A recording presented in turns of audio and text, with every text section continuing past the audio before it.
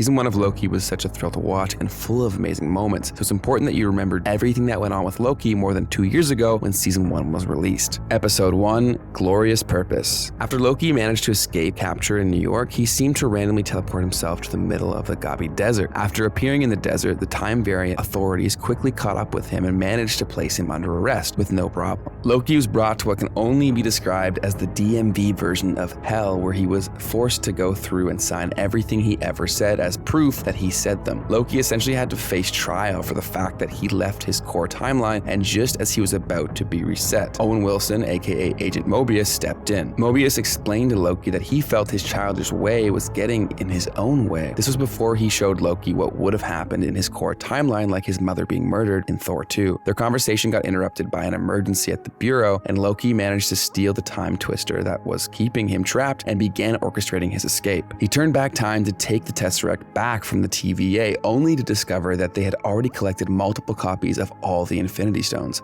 That proves just how powerful the TVA was. Loki then went back to see what the rest of his life would have been like, all the way up to the moment when Thanos killed him. After basically waiting for Mobius to show up and apprehend him, Loki was surprised to find out that instead of being offered a sentence for his crimes, he was offered a job. He and Mobius were to track down a new fugitive from a variant timeline who was killing off TVA units all throughout history. To make things more intense though, Loki learned that the variant who was wreaking havoc was actually just another version of the trickster himself. Episode 2, The Variant. The Variant opened up on a scene in 1985 where a unit of Minutemen was deployed to stop the alternate version of Loki. It was there though that we saw this hooded version of the god and his wicked power to take over another person's mind. After a quick battle amongst the Minutemen, Hunter C-20 was taken by Loki and dragged through a temporal doorway before it closed. Back at the TVA headquarters, Loki learned about a bunch of other variants of himself that were actually apprehended for messing with the timeline, but none of them ever caused as much damage as the hooded one. As for our version of Loki, Mobius still had to vouch for him constantly with his boss because she firmly believed that he was a waste of time and resources. Meanwhile, Loki is simply trying to prove that he can be valuable to the TVA in hopes of securing a meeting with the Timekeepers to clear his whole situation up. In doing so, Loki was forced to read over all the files for the case that the hooded variant of himself created, while also trying to do what he could to discover everything about the TVA on the side. And as he was rereading about his exploits and the destruction of Asgard, Loki realized something. What better place to hide than in a place that you know is going to be destroyed? He gives Mobius the idea that his variant could be hiding out in places that he knew were about to experience apocalyptic or cataclysmic events because nobody would be looking for him there. Eventually, Loki ended up running into the variant through his mind-controlling powers. The variant took over Hunter B-15 to communicate without Loki, who explains to him that he didn't actually join the TVA. Loki tried explaining to the variant that he was just trying to get close so that he could overthrow the Bureau. After a brief but epic fight between Loki and one of the variant's puppets, the variant Loki finally revealed herself. She explained her plan to release TVA reset charges all across the core timeline to cause the Bureau to go into emergency response mode. Our Loki was forced to follow through the temporal doorway after our variant because he knew that he was going to be viewed as a suspect in the crime just like she was. Episode 3, Lamentis. In Lamentis, we learned the time variant Loki had planted herself into Hunter C-20's memories in order to find out the location of the Timekeepers. She then appeared in the TVA headquarters and began her onslaught right before our Loki could show up and try to stop her. Or join her, I suppose. Who knows? At this point in the show, our Loki was still unsure if there was room for two of him, or if he should join up with his variant or not, or if she would even let him. Mobius's boss, the judge, showed up as the last two Lokis fought, fully prepared to erase both of them from existence. They managed to get away, though through yet another doorway. The pair ended up on Lamentis 1 in the year 2077, as the planet was about to be destroyed, but to make matters worse, the Tempad was out of juice. As the two Lokis began working together, she explained that she preferred the name Sylvie. The pair found out about an escape ship that they could use to get off the planet and then bonded over a train ride, drinks, and their shared but different history. Loki and Sylvie were both kicked off the train, so to speak, and in the process, their Tempad ended up being destroyed. Now, with the escape arc being their only way off the planet, both Loki and Sylvie knew they needed to make sure it actually escaped destruction. destruction. Sadly, they were unable to do so as the episode ended with them both looking up at the ship as it got pummeled by asteroids and debris. Episode 4, the Nexus Event. The Nexus Event was a great episode because it showed us exactly why Judge Renslayer had such a personal grudge against Loki and Sylvie. It opened up with a flashback that showed a young Sylvie being abducted by the TVA and processed simply because she was born and seen as a temporal anomaly. She managed to escape due to negligence by Renslayer, who then led the hunt to track the young girl down. Meanwhile, in the year 2077, Loki and Sylvie accept and enjoy the views of Lamentis being destroyed. They both consoled each other and through their shared acceptance managed to create a massive divergence in the timeline that the TVA could track. Both Sylvie and Loki were captured by Mobius, and Loki found himself thrown into a time cell where he was repeatedly slapped by Lady Sith. Mobius needed to know more though and managed to trick Loki into telling him everything. Loki tried to convince Mobius that all of the TVA agents were actually just variants that had their core memories wiped by the Bureau. Mobius didn't quite believe him, but Hunter B-15 did, as she had some of her memories unlocked when Sylvie took over her mind in the second episode. Mobius tried to get more answers out of Renslayer, but she just insisted the case was closed, forcing him to steal her tempad and get answers for himself. It was then that he saw Hunter C-20 confirming that she had all of her previous memories returned to her and that Loki was telling the truth. But according to the TVA, Mobius had learned too much and was erased from existence right in front of Loki. Judge Renslayer and the Minutemen then led Loki and Sylvie to their execution site before Sylvie demanded to know the truth. Why was she marked for death from the beginning? Renslayer couldn't remember though, and Loki and Sylvie were brought before the Timekeepers to face their crimes. Thankfully, Hunter B-15 stormed in and set the two tricksters free, which was when they discovered that the Timekeepers were just animatronic puppets. And before Loki could tell Sylvie that he was strangely falling in love with his own variant, he was pruned from existence by the determined Judge Renslayer. The episode ended with Loki waking up only to be surrounded by more variants of himself. Episode 5, Journey into Mystery. In episode 5, Loki learned that when a variant is pruned, they actually aren't wiped out of existence, but instead are sent to the far end of the timeline where they can't disrupt the temporal flow. This junkyard world doesn't come without danger though. Alioth is the temporal being that consumes and destroys anything that it comes across, yet somehow all of the Loki variants have eluded them. Meanwhile, Sylvie learned all about the junkyard world from Renslayer when she was pretending to be friendly with her. But before the Minutemen could arrive to back up Renslayer, Sylvie took fate into her own hands. She pruned herself in hopes of being reunited with Loki and getting some well-deserved answers. Back on the junkyard planet, we learn the fates of all the Lokis, including the youngest Loki who was picked up by the TVA after killing Thor. None match up to the gall of President Loki though, the self-proclaimed king of the junkyard. A massive Loki bar fight broke out, which gave our Loki and a few other variants a chance to escape. At this point, they showed Sylvie appearing in the junkyard only to be saved from Alioth by Mobius himself, who was basically driving the Pizza Planet car. After the Lokis managed to reunite with Sylvie and Mobius, she explained to them that she didn't want to destroy Alioth, but instead wanted to control it with her powers. As Sylvie and Loki both prepared to take on the massive snake monster, Mobius went through a temporal doorway so that he could return to the TVA and destroy it. After a brief display of strength from the oldest Loki variant, Sylvie and Loki were finally able to enter Alioth's mind. Episode 6, For All Time, Always. The season finale of Loki was aptly named with a good portion of it taking place in the Citadel at the end of time. This is a realm where all of the infinite timelines were woven into a single distinct timeline. Before they could meet the one who was referred to as He Who Remains, Loki and Sylvie were tempted by the TVA mascot who told them they could have their dream existence if they would just turn back and return to reality. They turned the offer down and chose to move forward with their plan. Meanwhile, back at the TVA, Mobius and Renslayer were at odds with each other as Mobius tried to bring down the Bureau for good. More importantly though, it was at this point in the episode that Loki and Sylvie finally got to meet the man behind the curtain, Kang the Conqueror. In this instance though, he just referred to himself as Nathaniel, a variant of Kang. He revealed that he was the one who caused them to take every action they ever made to ensure that the two Lokis would end up there with him. Kang revealed that he basically started and ended a multiversal war in the original timeline by learning how to control Alioth and force the monster to do his bidding, but he was tired. This version of Kang, who still referred to himself as Nathaniel, wanted nothing more than to pass the torch of controlling the multiverse and the TVA to Sylvie and Loki. To make things worse, Nathaniel explained that if they tried to kill him, it would unleash all the variant timelines that he's worked so hard to keep locked away. Sylvie didn't hesitate though and quickly went in for a kill, only to be stopped by Loki, who could tell that Nathaniel was telling the truth. After a brief battle followed by a kiss, Sylvie forced Loki back into the standard timeline and remained with Nathaniel with her heart set on revenge. Revenge against the very being that tried to take her life away from her as a child. As Sylvie killed Nathaniel, he assured her that he would see her soon and all the temporal energy around them began to fragment. And thus, the multiverse was created, changing the the course of the MCU and thrusting the characters into phase 4. And to make things even more interesting, nobody at the TVA can remember who Loki even is. So as you now remember, a ton happened in season 1 and there's even more amazing to come in season 2, and we will be breaking it all down here on Flixplain. So if you are a fan of Loki, if you're a fan of the MCU, make sure to click subscribe so you never miss an upload to keep you up to date on the universe.